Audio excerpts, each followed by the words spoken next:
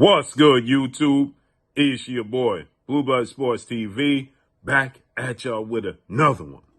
So, a lot of people have brought to my attention that you had three superstars, one Hall of Famer, discussing the highly anticipated showdown, unification bout between Olympic silver medalist, undefeated three-division world champion, former unified super featherweight world champion, and reigning WBC lightweight world champion superstar boxer Shakur Stevenson, who has 22 wins, no loss, no draw, 10 wins by way of knockout, 27 years of age, 5'8", with a 68-inch arm reach, against undefeated three-division world champion, five-time world champion superstar boxer, who is one of the faces of the sport of boxing, a cash cow, and one of the pound-for-pound top 5, top 10 fighters in the world, both of them are, in Gervonta Tank Davis. Gervonta Tank Davis is 30 wins, no loss, no draw, 28 wins by way of knockout. He is 29, going on 30 years of age, 5'5" with a 67-inch arm reach,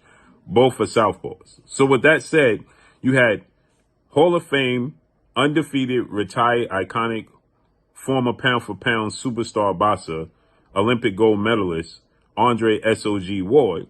You had multi-time world champion superstar boxer Andre Berto, and you had one of my favorite fighters of all time in Andre Dirrell, right? Which are all came about the same time, give or take, and very close friends, the three of them, right? And when we had the Super 6 tournament, I favored Andre Dirrell to win the Super 6 tournament, as many people did. But nonetheless, Andre Ward won. Nonetheless, they were talking in their boxing space, and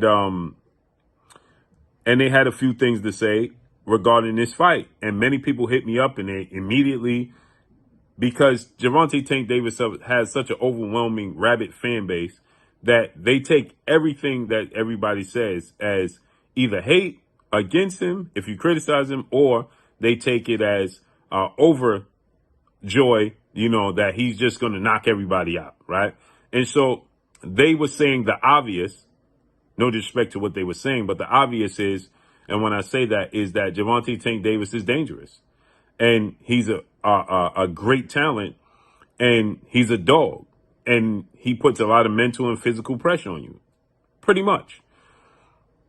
But everybody took what they said is they're saying that Shakur Stevenson should not fight Tank Davis and stay away from Tank Davis. Now, Andre Dirrell said he shouldn't fight Tank Davis for 2 fights. That's not what Andre Berto and Andre Ward said. But let's just listen to what little they had to say and break it down. What you think? What we thinking about the other big fight in the little guys? Shakur and Tank. That's the fight that everybody talking about. Shakur and Tank. I don't even need to be saying his name. I don't know. I'm for Shakur, man. Now, if you don't know, that's Andre Berto saying, I don't need to say his name because I don't want no smoke with Shakur, because Shakur and Andre Berto, they have been going at it on social media. And Shakur said that he had beat up Andre Berto in sparring. So that's why Andre Berto's saying that. And he's being sarcastic. I don't even need to be saying his name. I don't know. I still think it's too soon for Shakur, man. And now, that's Andre Dirrell saying it's too soon for Shakur. It's a dangerous for both of them. And Andre Ward said it's a dangerous fight for both of them, obviously. I got 50-50. And when I say obviously, this is not towards Andre Ward or Andre Berto or Andre Dirrell. This is to the fans that are saying, see, we told you.